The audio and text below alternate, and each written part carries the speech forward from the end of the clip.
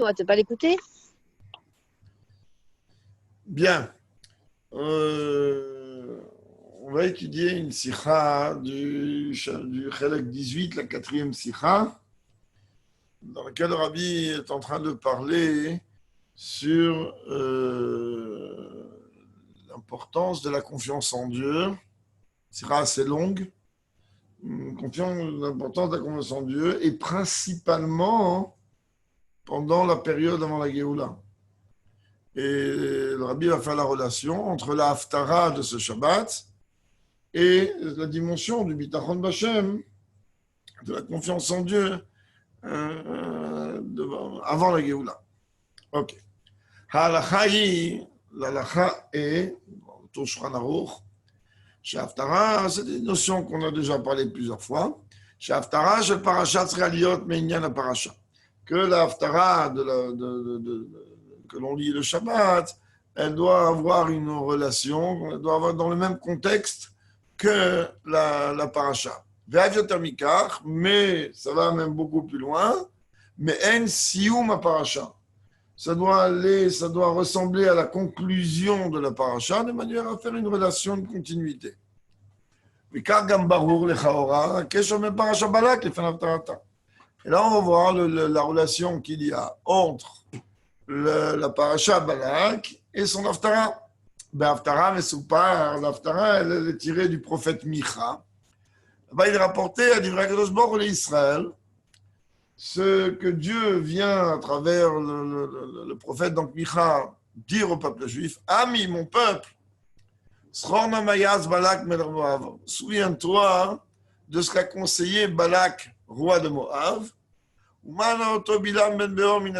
qu'est-ce que lui a répondu Bilam, fils de Béor, de l'endroit de Shittim? Chez eux, autour de Parashat Balak, que ça, c'est mamash, le contenu de la Parashat Balak. אבל מובן במיוחד לפי הידוע שמלכתחילה בהפטרה במקום כל הקריאה בתורה בשבת ויום טוב. Mais comme on vient de le dire, c'est important qu'a priori la Haftara, puisqu'elle était à un moment le remplacement de la Kriyat Torah de Shabbat ou de Yom Tov, שהקשר בין ההפטרה לפרשה איננו בפסוק אחד בלבד, אלא בתוכן הכללי. Que le lien, la relation qu'il y a entre la Haftara et la paracha, elle ne doit pas seulement être liée avec un verset de la paracha, mais avec le contenu de la paracha. Général.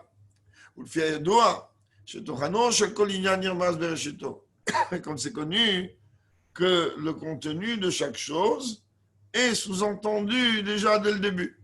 Mouvan. Donc, de là, on déduit, on comprend qu'il y a une relation entre le début de la Haftara, Ve'aya Sherit Yaakov, Bekerev Ha'amim, Bekerev Ha'amim Rabim. Donc, c'est-à-dire que le peuple juif, à ce moment-là, il va se trouver parmi de nombreuses nations, qu'en vérité, on va arriver à une situation où l'homme n'aura plus besoin d'espérer en un homme, ni d'attendre quoi que ce soit des hommes. Les veilles ne sont pas Parashat Balak. Quel rapport cela avec la fin de la Parashat Balak?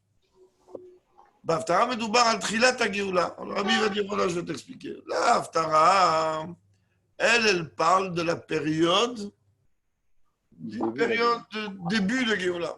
K'lomar, lo al tkufa shel Mashiach vadaï.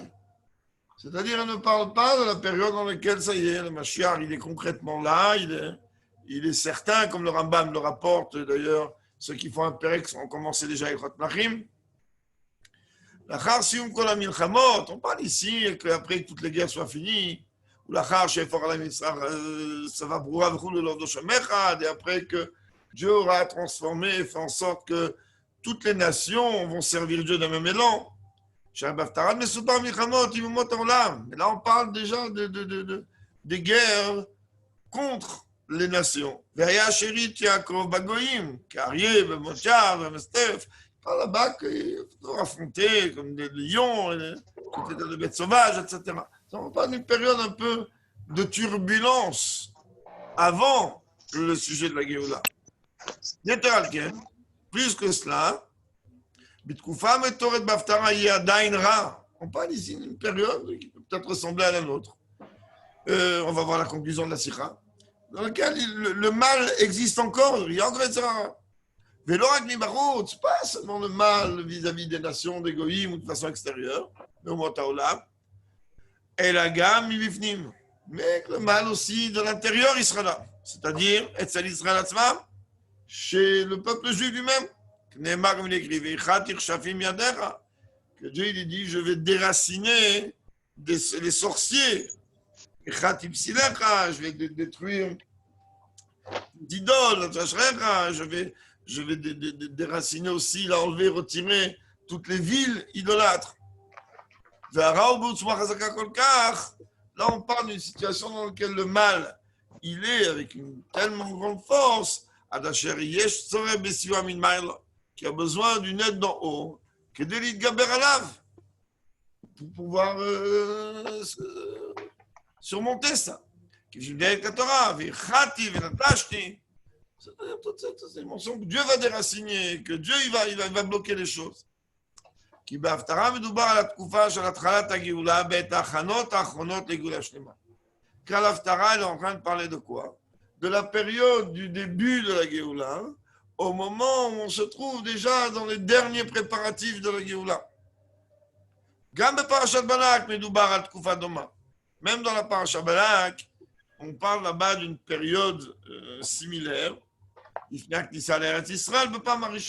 parle là-bas avant la première entrée en Eretz Israël. Mais Israël, déjà le peuple juif, il se trouve sur les plaines de Moab, de l'autre côté du Jourdain, et vers Jéricho. Déjà prêt pour entrer en Eretz Israël. Donc, dans une situation de Géoula, et comme on sait très très bien, qu'à ce moment-là, comme malheureusement à plus d'un moment, s'il n'y avait pas eu les fautes qui ont été commises à ce moment-là,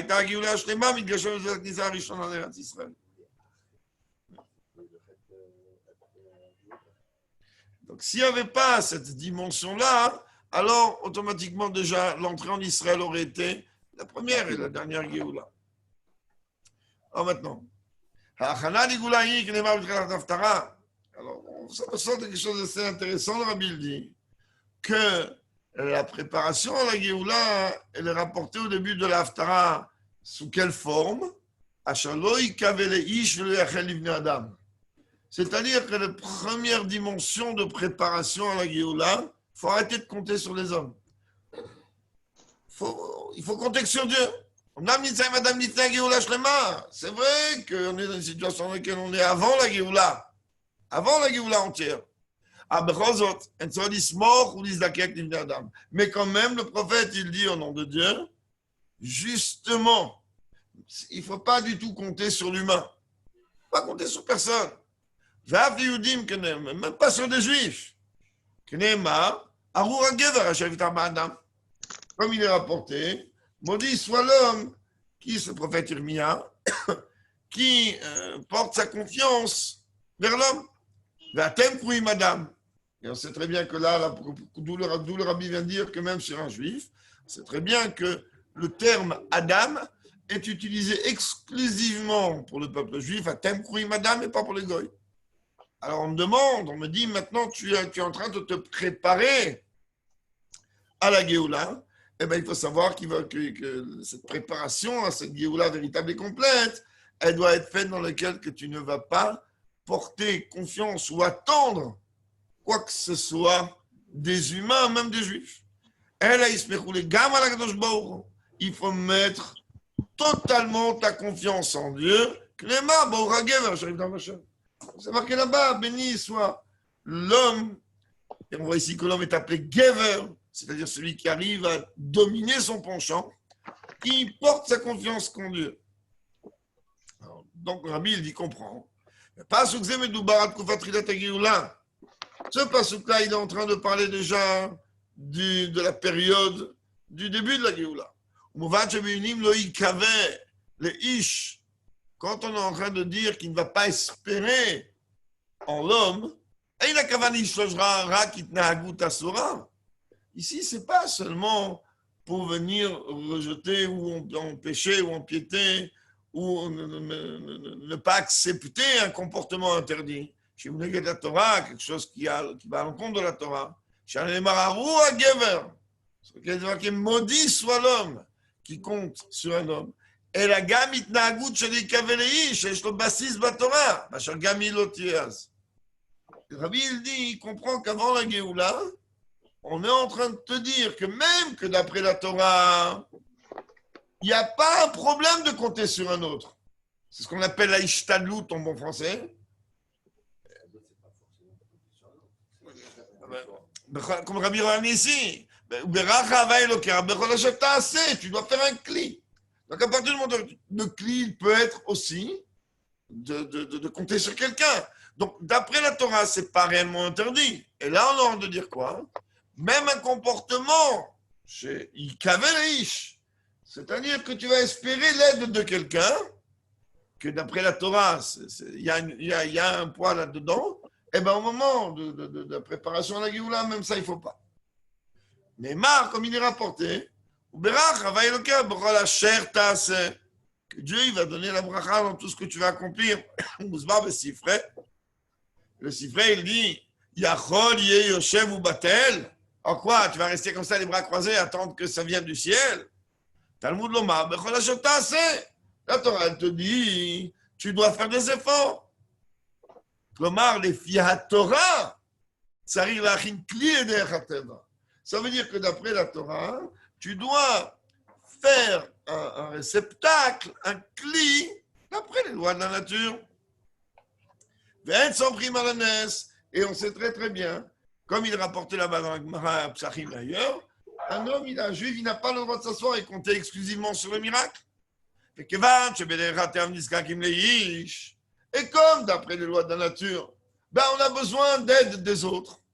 Et des autres, c'est qui? Des animaux? Non, des humains. J'ai bien dit humains. Et même des goy.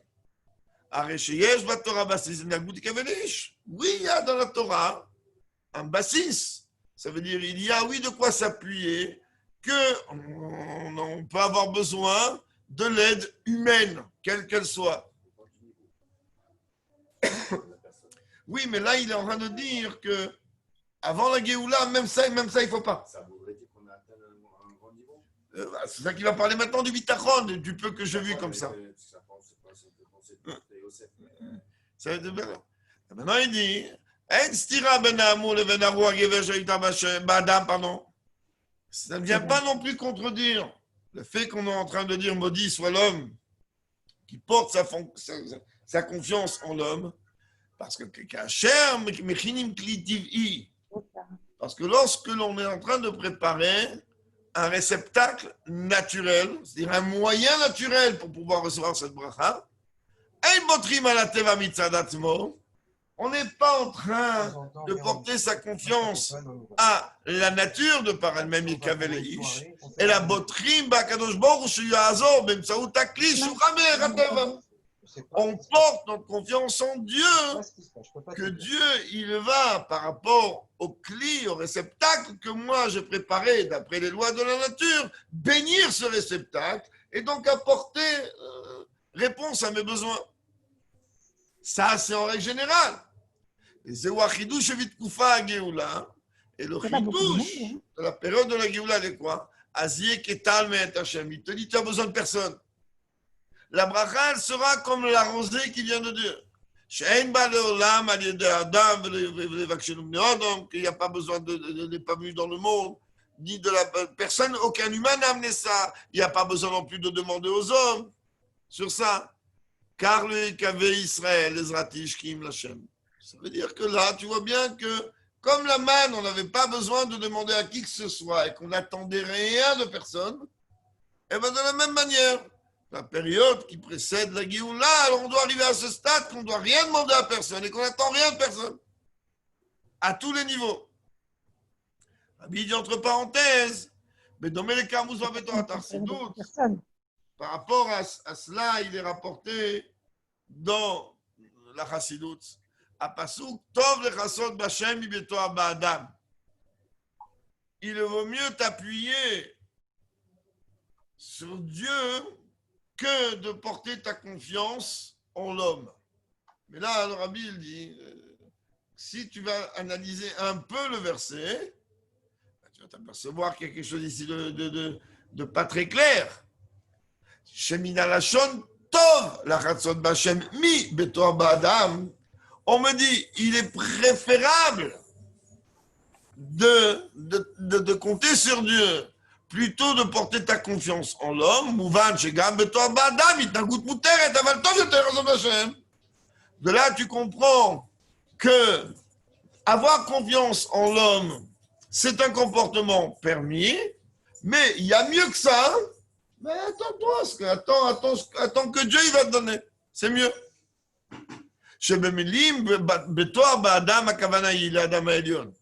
Mais la chassidoute, elle dit, quand on est en train de dire Mi betoar ba'adam, on est en train de parler à Kavana de Dargat Memal et Kolalmi. On est en train de parler de Dieu, Dieu tel qu'il s'habille dans les mondes. Ça veut dire que tout homme se doit de préparer un réceptacle naturel dans les lois de la nature pour permettre à ce que Dieu vienne y poser sa bracha. Ça que oui, il est bon de s'appuyer sur Dieu, c'est-à-dire le niveau de Dieu qui est au-delà des mondes. Ça, ce niveau-là de Sovev, tu n'as pas besoin de ta ishtadlut. On n'a pas besoin de ton effort naturel. Elle a quoi? Ça, c'est le niveau de Sovev. Directement, Dieu, il donne lui. C'est un niveau dans lequel Dieu, il te prépare et le réceptacle et la bracha. Mais ça, c'est un niveau très haut. Nous, dans le niveau un peu plus bas, eh bien oui, il faut préparer le Keli et attendre que le niveau de Dieu qui s'exprime dans le monde, s'appelle Memal et Kolalmin, il va s'exprimer là-dedans.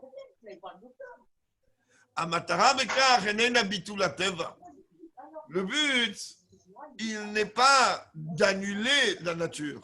La lèvre, au contraire, c'est une façon de venir raffiner la nature et l'élever.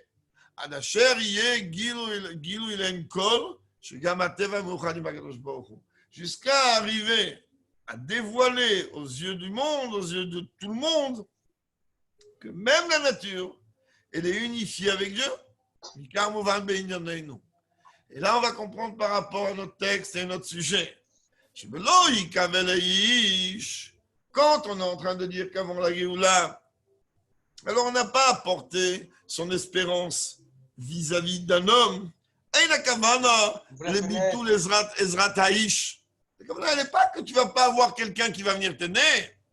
Et la she'ateva atzmo yimeuchad im HaKadosh Baruch Hu, ad asher lo yiru bekar ezrati shel rak ezrat Hashem.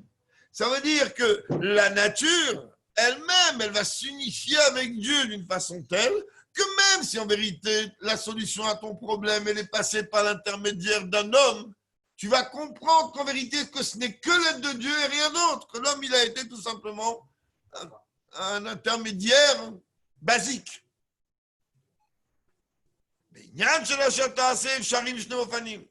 Quand Dieu il est en train de me dire dans la Torah,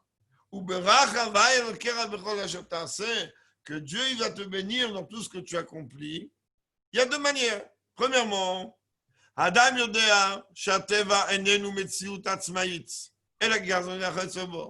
L'homme, il sait très bien que le monde, il n'est pas indépendant, il ne fait pas ce qu'il veut, il est comme la hache dans les mains du bûcheron. Mais quand même, il dit, mais moi je vis dans un monde, je ne vis pas dans l'espace, je ne vis pas dans les sphères célestes. Chez moi, la nature, le monde, il a un impact. Comme Dieu il est venu ordonner dans sa Torah qu'il attend de moi une action, ça veut dire que j'ai le devoir de préparer un réceptacle naturel. Donc ça c'est la première vision, que par rapport à l'ordre de Dieu, je comprends que la nature, elle a une importance vis-à-vis des yeux de l'homme. Ça, c'est le premier degré. Mais il y a un autre niveau. Adam itasek betevarak bipnetziv akadosh baruch hu. L'homme, il dit, moi, la nature, je m'en fiche complètement, et le monde, je m'en fiche totalement. Juste qu'il y a un ordre de Dieu. Pour moi, la nature, elle n'a aucune importance. Et ce qui va à côté n'a aucune importance. Elle a rakem tsaïd et vitsoir sur la borée. C'est le moyen. Dieu il m'a demandé de faire un cli, je fais un cli.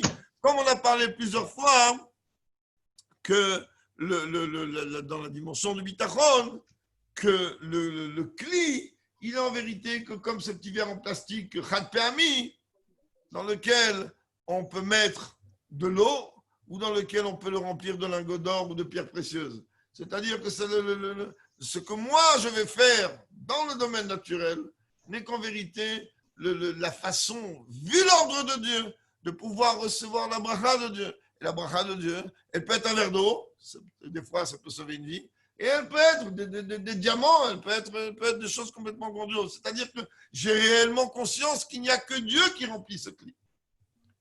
C'est vrai, vers le divrei Chazal, la pasuk vaya, emunat eitecha, emunat ze seder zraim. Tu m'as mis le vrai ou la misère? Alors il dit, ça va être la emuna du moment. On sait très bien hein, que souvent quand on fait Farbringen, alors on sent souvent ça, hier aussi je l'ai ressorti, que le seder de la Torah orale, il commence par seder zraim. Seder zraim. Alors, qu'est-ce que tu commences par Zraïm, tu n'as pas trouvé autre chose. Donne-moi, comme le Rambam, parle-moi d'Emouna, parle-moi de Dieu. C'est le Zraïm. C'est quoi cet Zraïm? C'est d'Afka, toute la Nekuda de la Emouna, elle est dans Zraïm. Pourquoi? Comment? Parce qu'il dit, Shema'amin bechai olamim bezorea. C'est-à-dire que, c'est une Gemara connue là aussi, que lui, qu'est-ce qu'il fait? Il est en train d'avoir foi en Dieu et il prend la graine et il la met dans le sol. Mais d'abord, il est Ma'amin bechai olamim. Alors la question, évidemment, le Rabbi va la poser tout de suite. C'est une question qui est sur les lèvres de tout le monde. On a un petit viou. Rabbi dit, qu'est-ce que tu fais chez moi? C'est tout à fait naturel que lorsque on est en train de prendre une graine et qu'on la met en terre, elle va pousser. Et là, on s'en fiche totalement. Qui s'est occupé de prendre la graine et de la mettre en terre?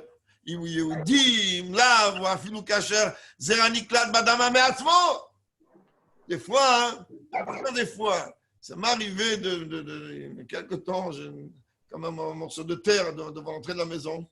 Et là-bas, j'ai versé de la nourriture pour les petits chats qui tournaient comme ça. Et il y avait des tomates qui étaient là-bas. Et je n'allais pas prendre avec les mains, j'ai laissé. 3 mois après, des tomates qui ont poussé. Tout s'est sorti. C'est poussé comme ça. Alors, Rabbi dit, il comprend, c'est pas important qui c'est qui va mettre la graine en terre. Ça peut être un juif ou pas un juif, ou ça peut être tout simplement que la graine d'elle-même, elle est avec le système, elle est rentrée là-bas. Arrêtez, c'est la nature de la terre de produire. Alors, qu'est-ce que tu me dis, Ma'amin bechai olamim? Qu'est-ce que tu vas me demander? Que moi, je vais dire, ah non, en vérité, ma production, elle provient parce que moi, j'ai une émouna en Dieu. Et tu as plus que ça. En plus de cela, le Rabbi dit, on comprend bien que Dieu a fixé que tout le temps, la terre, elle va produire. Il n'y aura jamais d'arrêt. Il y a les saisons, mais la nature de la terre, tout le temps, elle va produire. Maintenant, pour produire, il y a un système. Ça veut dire qu'il faut effectivement une température, il faut effectivement labourer, il faut effectivement semer. Il faut. Mais là, je vois tout. Si nous, on rentre dans le processus de comment la terre, elle va produire, la terre ne s'arrêtera jamais de produire. D'ailleurs, ce n'est pas à toi que je vais enseigner. Qu'en Israël, même dans le désert, ils arrivent à faire produire. Il y a ce Inyana de l'Oishbot. Dieu, il a fixé que ça ne bougera pas. Chazot, elle était vachum chashivou d'être Yehudi.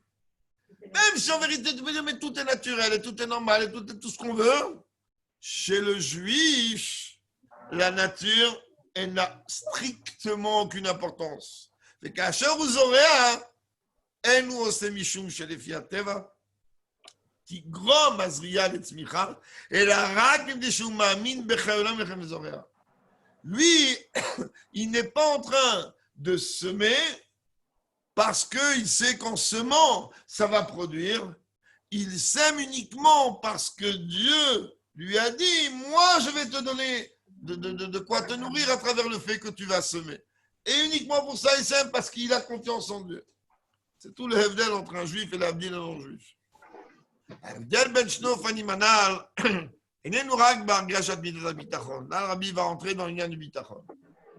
Il dit en vérité, la différence qu'il y a entre ces deux façons dont on vient de citer, elle n'est pas uniquement dans le sentiment que j'ai face à mon ביטחון vis-à-vis de Dieu, et dans le vermekach, הבדל בהתנהגות, בפועל, במחשבה, בדיבור ומעשה. Le Rabbi dit, il faut que tu comprennes bien, si toi, tu as une véritable confiance en Dieu, alors ce n'est pas seulement une ékouda comme ça, elle va automatiquement, ce bitachon, il va agir dans ta façon de penser, dans ta façon de parler et dans ta façon d'agir.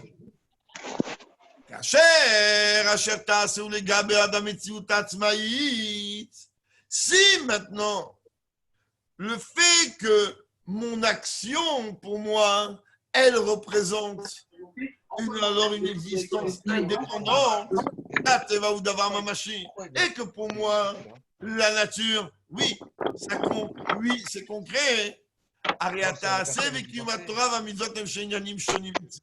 Et bien malheureusement, ça fait que quoi? Que ton action dans la matérialité de ce monde et l'accomplissement de Torah et Mitzvot sont deux choses complètement différentes chez toi. Mais alors tu vas me dire, alors quel problème? Mon étude de la Torah, mon accomplissement de Mitzvot, c'est une chose. Le monde, c'est autre chose. On te dit, oui, mais on veut bien être d'accord avec toi 2 minutes. Mais après, tu vas avoir un problème. Où il est le problème? Et quand je reste tira benem, si tu vas te trouver confronté à une contradiction entre la nature et mon application de Torah et Mitzvot, tu vas faire quoi? Les dougmas, par exemple. S'il va commencer à traîner dans la tfila, à se rallonger dans la tfila, et il pourrait être amené à perdre des clients, ou là, il sort de maman, non, mais s'il va commencer à donner 20% et 30%, peu importe combien il va donner à la tzedaka, il va dire, cet argent que je donne en grande quantité à la tzedaka, eh ben, il ne va pas me permettre de pouvoir investir dans mes affaires et gagner plus d'argent. Ça veut dire que quand il y a un conflit entre les lois de la nature et la Torah, eh ben, c'est là où je vais avoir un problème. Alors,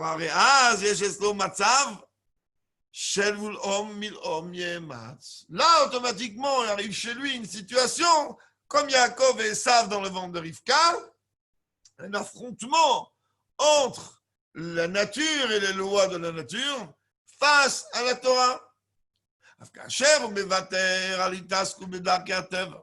Mais lorsque lui laisse tomber le fait de s'investir, il abandonne l'idée de s'investir d'après les lois de la nature, dire que déjà dans l'esprit, la chose chez lui est différente. Beodo chez Birkat Hashem itashir.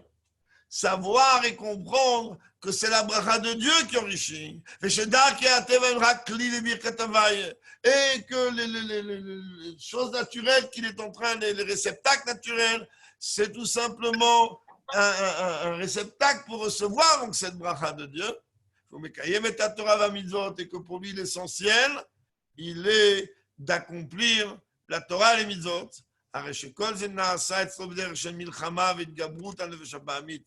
Tout ça se fait en vérité comme une façon de guerre et de se renforcer contre, sur l'âme animale. C'est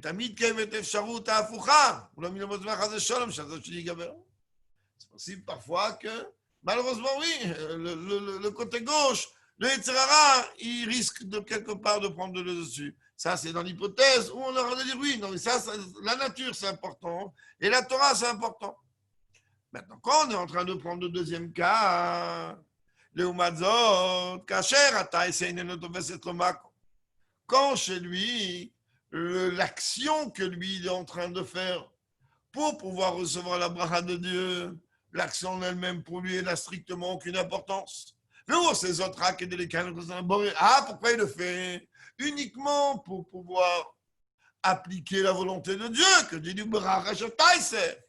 Alors automatiquement, eh ben, ça veut dire que la confection du réceptacle pour recevoir la bracha de Dieu, ça aussi c'est un service de Dieu.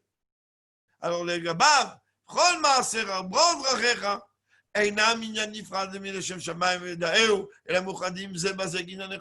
alors automatiquement, toutes ces actions, elles vont être pour le nom de Dieu. Tous les chemins qu'il va entreprendre, ils vont être pour reconnaître la grandeur de Dieu et que tout vient de Dieu. Donc tout est unifié. Chez lui, il n'y a pas, ce n'est pas distinct. Dans le premier cas, il y a une distinction, il fait une distinction entre l'un et l'autre.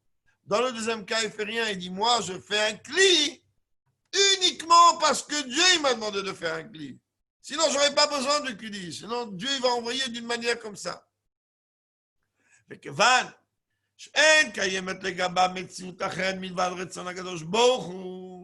étant donné que chez lui, il n'existe pas, en tout cas pour lui, une autre existence Dieu préserve en dehors de Dieu. Donc une mitzvah elle ne va pas à l'encontre d'une autre, au contraire une mitzvah elle entraîne une autre. Ça veut dire que pour lui, la fabrication du kli, c'est une mitzvah. Et donc, puisque la fabrication du kli, il a fait Betor mitzvah et pas Betor que moi en tant qu'humain qui est complètement baigné dans la matérialité de ce monde, et qu'automatiquement je vais prendre en train, en stop, de me dire, mais oui, Dieu il m'a dit de faire un kli. Alors, le cli, il doit être extrêmement important. Alors, on dit, ça ne marche pas. Dans le deuxième cas, tu dis, moi, oui, je fais un cli, parce que faire un cli, c'est une mitzvah. Parce que cette mitzvah-là, elle provient de Dieu. Et donc, une mitzvah, non seulement, elle ne va pas m'empiéter, mais au contraire, une mitzvah, elle va entraîner une autre mitzvah. Il y a une mitzvah de apprendre un métier à son fils. Oui, bon. Bien que le Sioun ou Maser Kiddushin, Rabbi Meir là-bas il dit autre chose, mais il ramène toute cette nékouda, il ramène pas le Rabbin, il ramène toute cette nékouda-là de l'importance de donner un métier, d'apprendre un métier à ses enfants. ההבדל בין שתי דרכי התנהגות הללו איננו מתחיל מלכתחילה בפיתוי יצר שיהודי יעבור חס ושלום על הצלח השם. Il dit, il faut que tu comprennes bien hein, la différence qu'il y a entre les deux chemins que l'on vient de citer. Ça ne commence pas a priori par une séduction du Yetzer Hara que le juif y va, Dieu préserve, chas v'shalom, enfreindre la volonté de Dieu. Et la beinyan shel chut hashayra. C'est ça qu'on doit comprendre. Le Yetzer Hara, il est un expert en la matière. La différence entre la première vision et la deuxième vision, c'est comme un cheveu. Hayom, comme dit la Bhagavad Gita Shabbat, Hayom, Bitrila Maskimet, aujourd'hui, le Yetzer Hara, il te dit, écoute-moi bien, je suis d'accord avec toi que ton approche vis-à-vis des lois de la nature, elle ne va pas aller à l'encontre de ton accomplissement de ton mitzvot. Ou Akmadgish, Shatorah Meacheset Rashivut Lateva. Seulement dans son vice, il est en train de te dire quoi? Il applique, comprend. La Torah, c'est ça les mots du Yetzer Hara, la Torah, elle marque un accent sur les lois de la nature. Et s'il a dit de faux, il a tout dit vrai. Avalemacha, comme ça dit aujourd'hui, il te dit ça, c'est mon lendemain.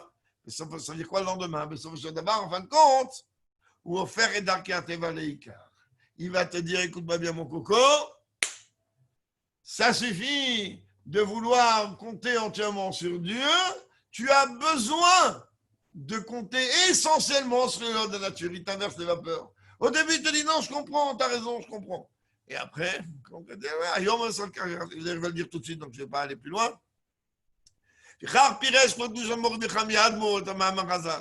Et c'est comme ça que Le rabbi précédent, il a expliqué cette Gemara dans Shabbat bien connu.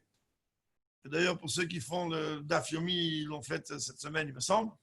Car Romanuto chez les Tzeror. C'est comme ça le travail, si l'on peut dire, artisanal du Yetzerara. Ayom Omer Loa, c'est car. Il ne vient pas te dire, viens faire une avérin.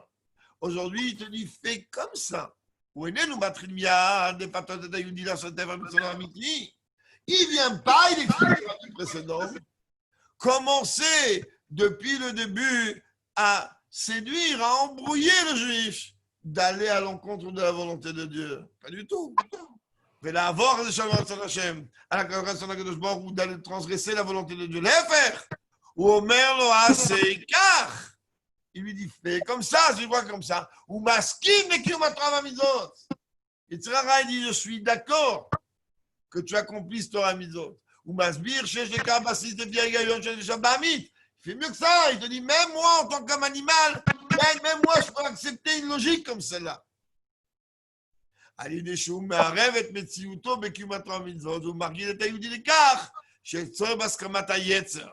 Qu'est-ce qu'il fait en vérité? Le Yetzirara, il habitue petit à petit le juif d'obtenir son autorisation dans l'accomplissement de chaque chose. Ça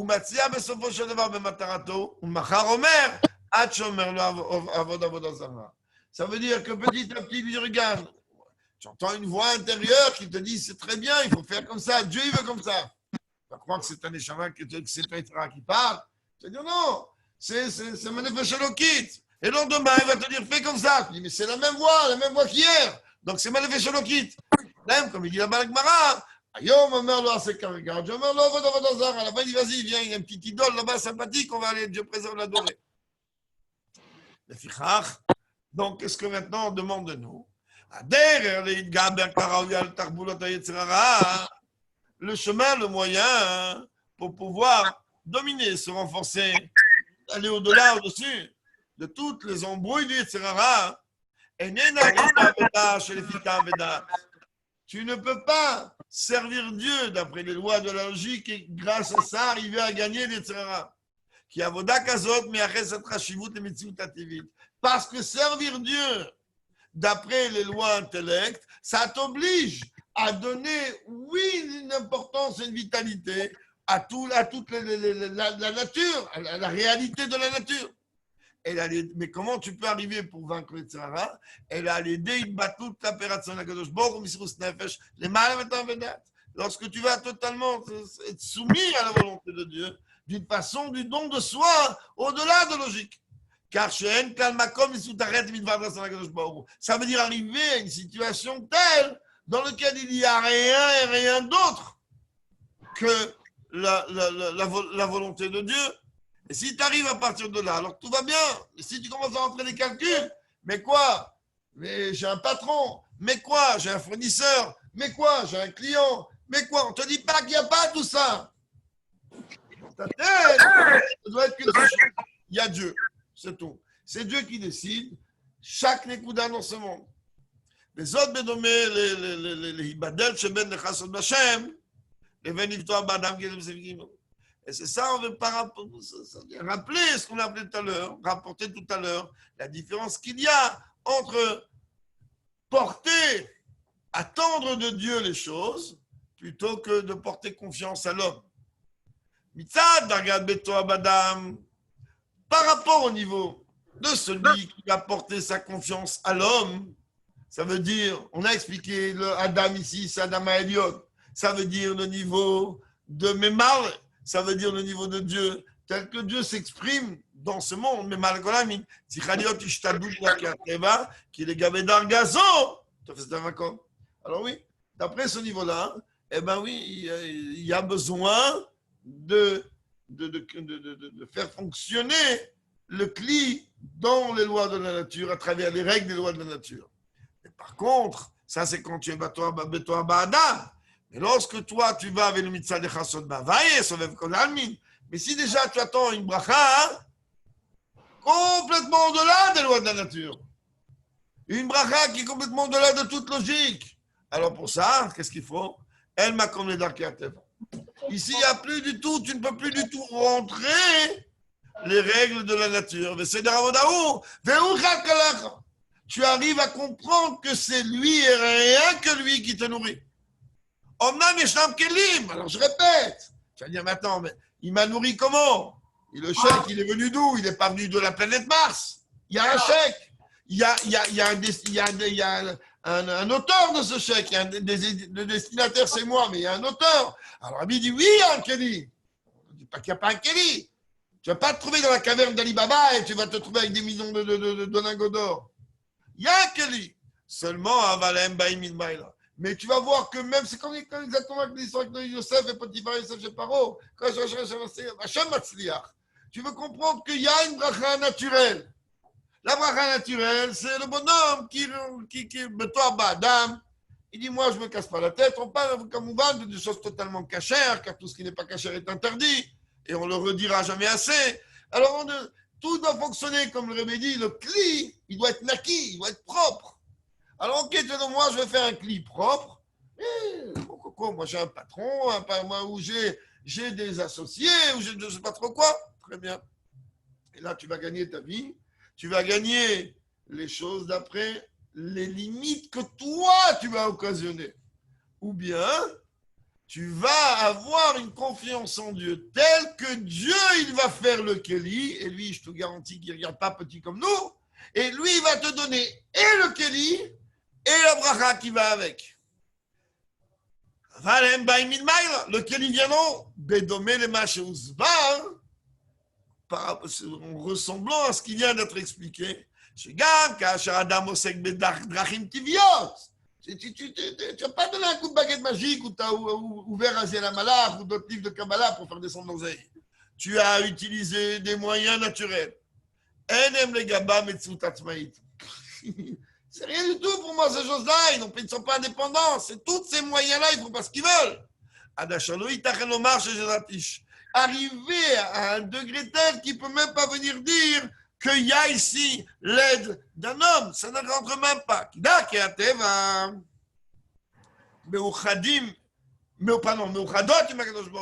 C'est-à-dire que tu arrives à ressentir que ces chemins naturels, ces voies naturelles, elles sont totalement unifiées avec Dieu. La reine, et donc maintenant tu comprends. La préparation à la Géoula, c'est de ne pas espérer en l'homme. Et à partir du moment où tu arrêtes de dire, mais non, ils vont trouver un vaccin, ils ne vont pas trouver un vaccin, ils vont faire, ils ne vont pas faire, stop, arrête de compter sur l'homme. Stop. Quand toi, tu vas comprendre que tout, il provient de Dieu. Et Kamouvan respecter parce que les rabbanim, parce que la Torah demande respect, mais comprendre tout ça, c'est chouillot. Tout il vient de Dieu. Là, tu vas voir que le voile de la nature et des lois naturelles, il va disparaître. Et on finira par voir avec nos yeux de chair et de sang que la nature elle-même, elle est divine. Et à ce moment-là, tu verras comment la bracha sera exactement comme la rosée qui vient de Dieu. Ni il va espérer d'attendre quoi que ce soit d'un homme, ni rien. Le juif, il va voir que c'est Dieu qui est en train de le nourrir. Et Dieu, il n'a pas de limite. Pour lui, des trillions de trilliards, c'est même pas un centime. Et donc, Rabbi, il dit, par rapport à tout ce qui vient d'être dit plus haut, à ce moment-là, on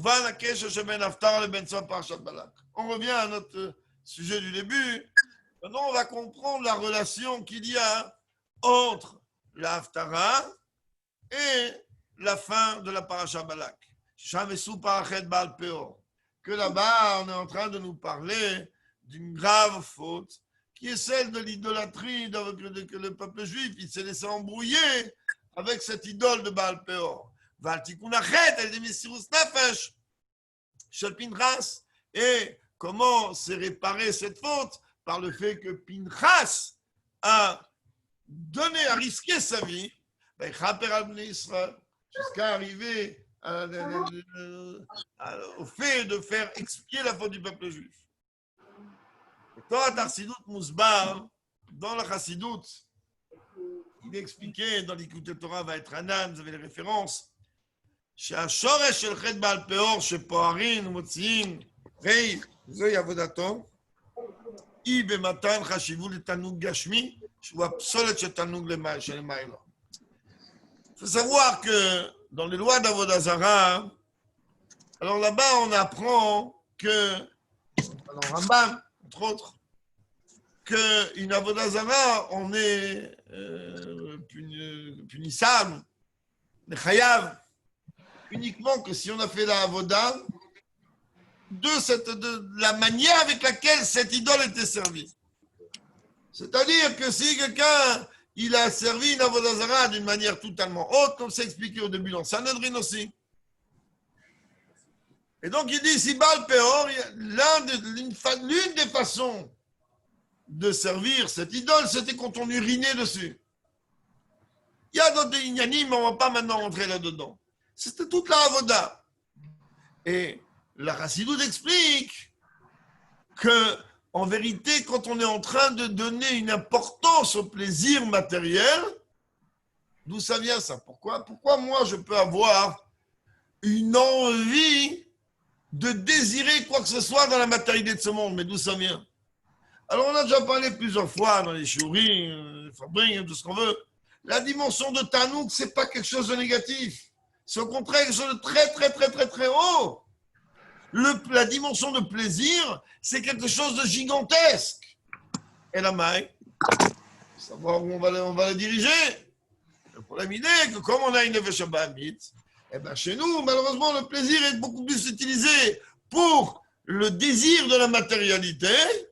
Plutôt, mais d'où il provient, le Rabbi, il dit parce que là aussi, il y a une dimension de plaisir des malachim. Je ne vais pas développer ça, c'est trop long et assez compliqué. Et on m'a dit de ne pas faire de Kabbalah. Donc, mais on dit que le surplus de ce tanou qu'il y a en haut, eh bien, il descend en bas et il s'associe dans des catastrophes. Alors maintenant, ok. Comment je vais transformer ces déchets? Ça dit quoi? Le fait de désirer quelque chose de limité comme la matière, c'est quoi? C'est comme désirer du déchet. Alors comment maintenant on va transformer ça? Comment on va transformer les plaisirs de ce monde? Comment on va changer ça que ça devienne Ikar? D'abord, c'est le Ikar chez Darkeatev, Anershevot Ben Adam. Tout simplement parce que l'homme, il se dit que oui, la nature et les lois qui vont avec, elles sont totalement importantes. Et c'est ça qui compte, et Dieu ne préserve pas autre chose. Et en plus, comme on l'a vu au début de la Sikha, il s'appuie sur la Torah, mais Dieu il m'a dit de m'occuper d'une matérielle.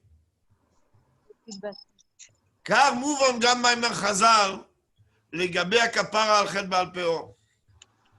Pareil, on regarde comment nos Chachamim nous expliquent comment a été réparée la faute de Baal Peor. C'est-à-dire que il dit en vérité qu'on ne peut réparer ce inyan-là du tanouk de la matérialité qu'au moment de la Géoula. C'est quelque chose qui est très très difficile à enlever chez le commun des mortels comme nous. Et là, à ce moment-là, quand ça va, il y aura un raffinement de la vérité, on verra qu'en vérité, la matière, elle n'est que divin. On a déjà expliqué maintes fois l'exemple. On est en train de projeter quelque chose sur un écran, sur un mur. Et on peut voir un monde dans ce mur. Un monde dans cet écran. Et vous-même, vous me regardez. Moi, je ne vous vois pas forcément, je vois le texte. Mais si on débranche la prise, il n'y a plus rien. Donc on est tous conscients que tout ce qu'on voit, il dépend totalement du courant. Et quand il y aura une Géoula effective, alors on verra que toute cette nature, elle n'est rien, car elle n'est que divin, elle n'est que l'expression de Dieu en bas. Et à ce moment-là, on ne va pas commencer à dire que la matière, elle est essentielle. C'est pour ça que l'expiation à ce moment-là de la faute de Baal Peor, elle a pu être expiée d'Afka à travers le Messirut Nefesh de Pinchas. Le Messirut Nefesh, elle omeret la Torah Atzma. Le Messirut Nefesh, que la Torah elle-même, elle vient dire, c'est un grand Messirut Nefesh, oui, mais qu'est-ce qu'elle dit? En morin lo. Alacha en morin ken. C'est-à-dire qu'aujourd'hui, l'Alacha est comme ça. Ce qu'il a fait, il a très bien fait. Mais s'il vient poser la question, est-ce que je peux faire? Il dit, tu n'as pas le droit. Mais les serres de Kedusha. Même au-delà du serre de Kedusha, non. Si tu veux rentrer les choses dans ta Vedat, on va te dire c'est interdit. Tu t'es pris pour qui? Pour le grand justicier? C'est interdit. Fais pas ce que tu veux, il y a des lois. Ah, tu arrives à un degré de soumission complètement à Dieu. Là, automatiquement, c'est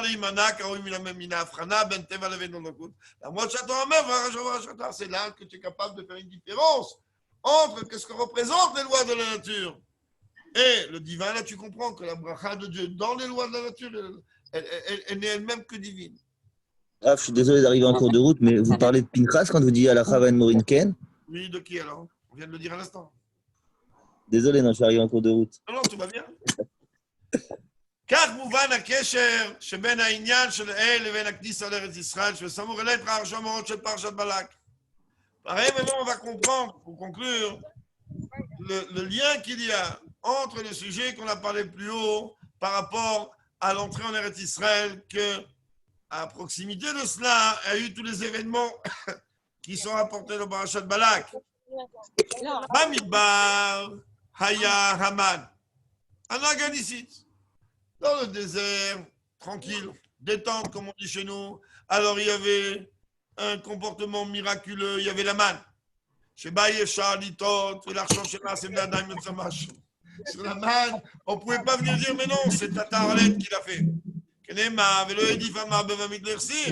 Surtout qu'on va éclairer là-dedans, que même quelqu'un qui voulait mettre de côté, il ne pouvait pas mettre de côté. Celui qui prenait moins, il retrouvait à la maison tous les besoins qu'il avait. La manne, il t'enra que le toyau, mais la manne, il t'enra que pour le jour même.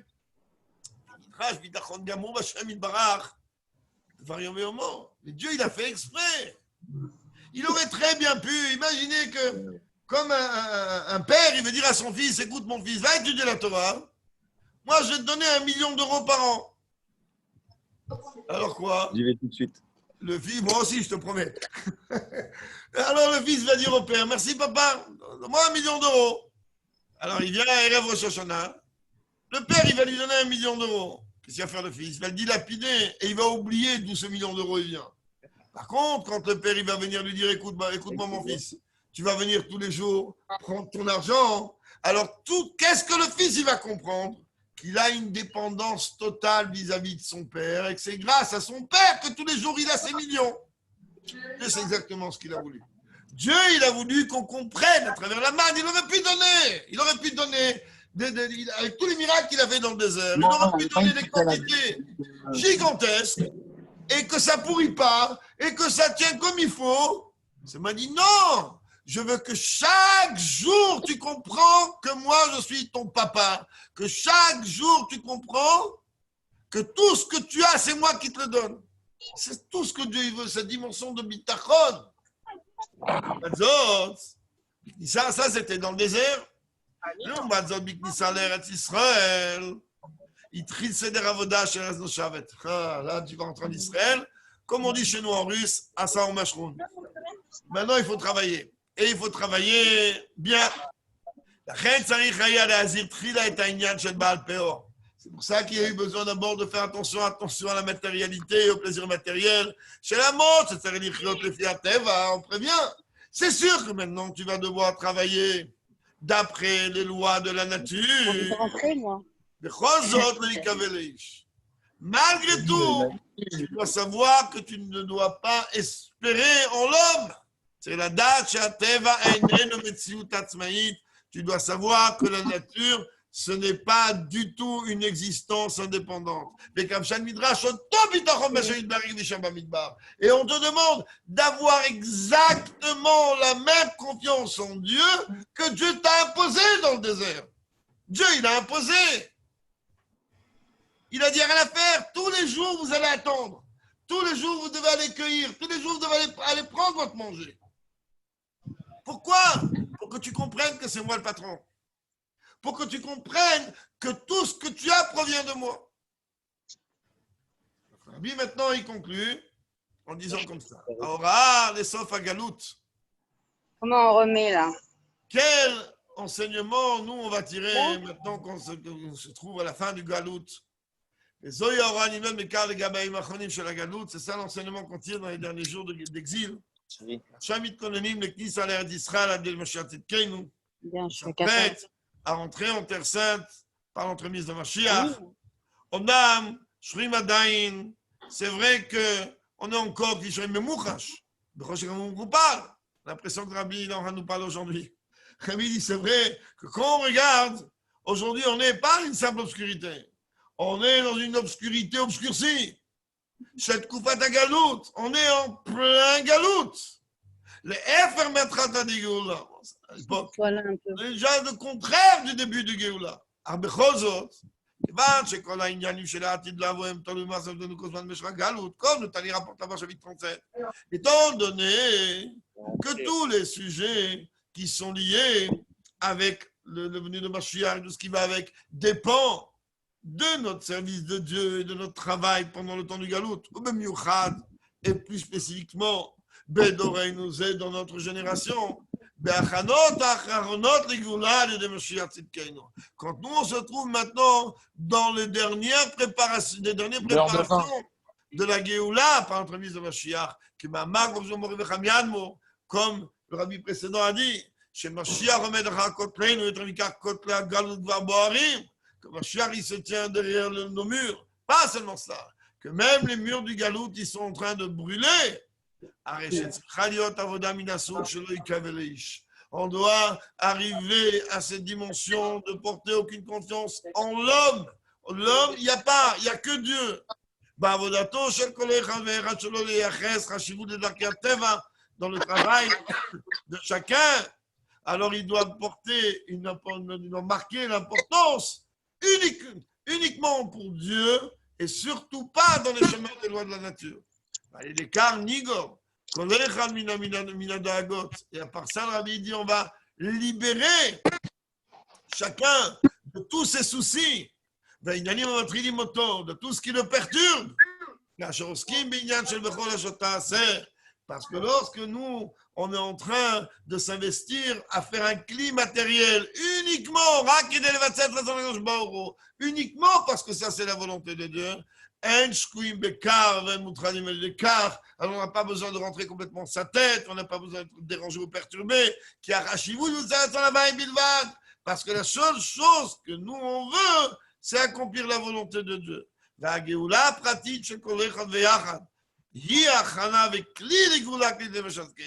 Et la délivrance individuelle de chacun, alors elle est en vérité une préparation et un cli, un réceptacle pour la Géoula générale par l'entremise de Mashiach, jusqu'à arriver à cette période entièrement shabbatique et qu'on puisse vivre ça encore aujourd'hui, encore avant Shabbat du Gimel Tammuz, immédiatement avec le Rebbe Beroshainu. Amen. Voilà, messieurs, qu'on n'entende que des bonnes nouvelles, messieurs, dames, peut-être, qu'on n'entende que des bonnes nouvelles et qu'on est Mashiach tout de suite. Amen. Amen.